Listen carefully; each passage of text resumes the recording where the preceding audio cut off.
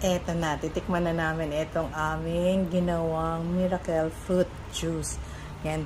Kagabi, nilagay ko muna yan sa ref para ma-chill yung pagkapalamig namin. At ito yung, kagabi pa lang natatakam na akong tikman eh. Pero syempre gusto ko, legit yung pagka-react namin kung ano talaga yung lasa. Diba? Kaya, kahit natatak, kasi ang bango din niya eh. Yung parang alam niyo yung may arnibal na asukal, ganun yun eh. Cheers!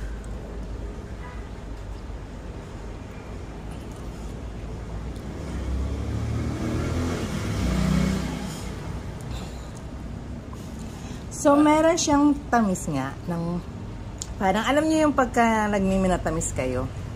Ganun. Pero, syempre, may ibang lasa din, di ba?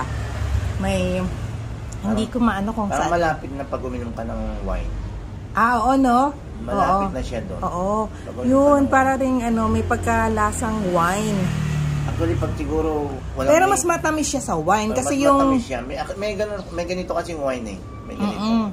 Actually, pag walang may alam na iniinom niya ito, unang papasok sa'yo wine. Correct.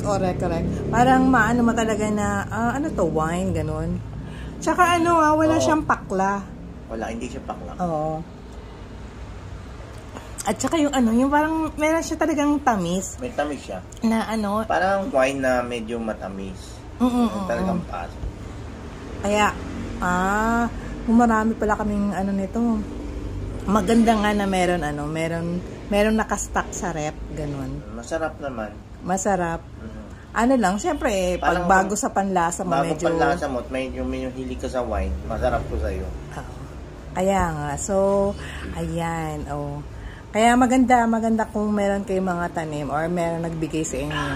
I-ano nyo yung, lutuin nyo tapos lagay nyo lang sa rep. Kasi sabi naman, pagka malinis yung lagay nyo dun sa mga bote, sterilize, tatagal naman daw ng isang buwan. Kaya maganda na meron kang nakastock. Kasi masarap siya. Importante rin ma-filter. Oo, tsaka i-filter nyo. Ito kasi sa amin talaga to. Sinala kong mabuti. Yan, tapos medyo pinakulo ko lang konti after ko siya salain. Kasi gumamit ako ng nung tela para talagang walang mga sapal-sapal. Pero masarap. Sarap.